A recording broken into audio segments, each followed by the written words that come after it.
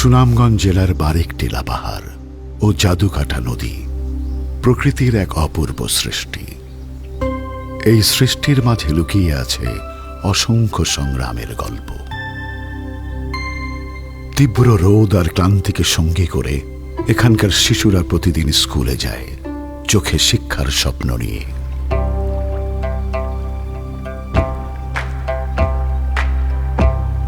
কষ্টকর এই পথ পাড়ি দিয়ে নৌকায় চড়ে স্কুলে যাওয়া এদের নিত্যদিনের কর্ম। তোমরা কি প্রতিদিন এইভাবেই স্কুলে যাও? হ্যাঁ। কষ্ট হয় না? এখন কষ্টের কিটা দেখলা? নৌকা থেকে নামিয়া পাহাড়ে উঠতে হবে। এই পাহাড়ে? জি হয়। এই পাহাড়ি দুর্গম পথ পাড়ি দিয়ে স্কুলে যেতে হয় তাদের, শুধু একটু শিক্ষার আলো পেতে।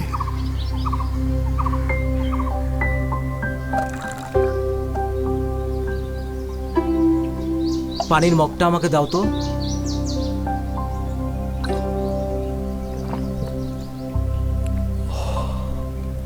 তোমাদের স্যার কোন রুমে বসে?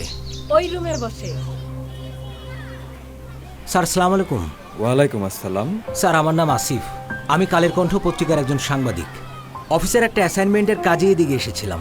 আচ্ছা স্যার স্কুলের বাচ্চাদের দেখলাম অনেক দূর দূরান্ত থেকে আসে। আশেপাশে স্কুল কি একটাই? জিয়য়, আমাদের এখানে তেমন কোনো স্কুল নাই। জাদুকাটা নদীর ওই পার থাকিয়া শিমুল বাগানের ওই দিক থেকে ছাত্রছাত্রীরা কষ্ট করিয়া আসে। কষ্ট করে এসে ওরা যে পানিটা খাচ্ছে সেটাও দেখলাম একটু গরম। বাইরে প্রচন্ড গরম, ছাত্রছাত্রীরা খুবই কষ্ট হয়। আর ৩০০ ফিট নিচ থেকেই পানি তুলিয়ে রাখতে হয়, কিন্তু দাবদাহের কারণে তা গরম হয়ে যায়।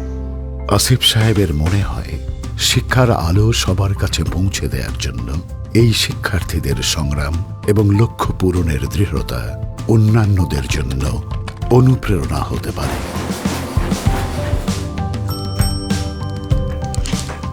এই প্রচেষ্টা আমাদের চোখে এড়িয়ে যায়নি।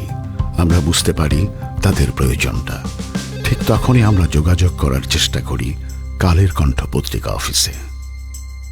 আমি ওয়ালটন থেকে বলছি। আমরা আসিফ সাহেবকে সাথে নিয়ে যাচ্ছি সেখানে।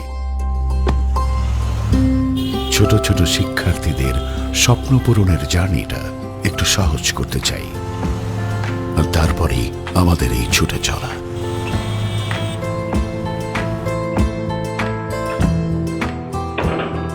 পিচ ঢালা পথ, নদী, পাহাড় পাড়ি দিয়ে অবশেষে ফ্রিজটি স্কুলে পৌঁছায়।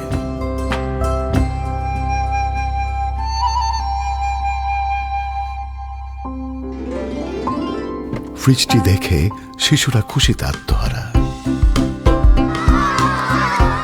মানবতার ছোট ছোট উদ্যোগ গড়ে তুলতে পারে বড় বড় স্বপ্ন, আর সেই স্বপ্নের সাথে থাকতে চায় ওয়ালটন।